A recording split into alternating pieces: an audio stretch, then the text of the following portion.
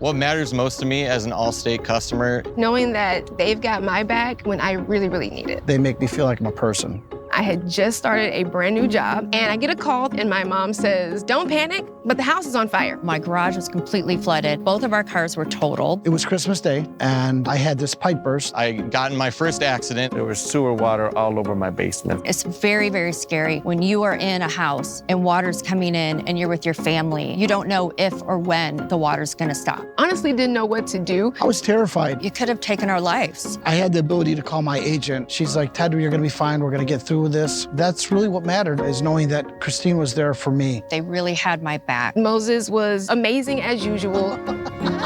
We didn't need or want for anything. Hey! I felt really comfortable in that moment. What's going on?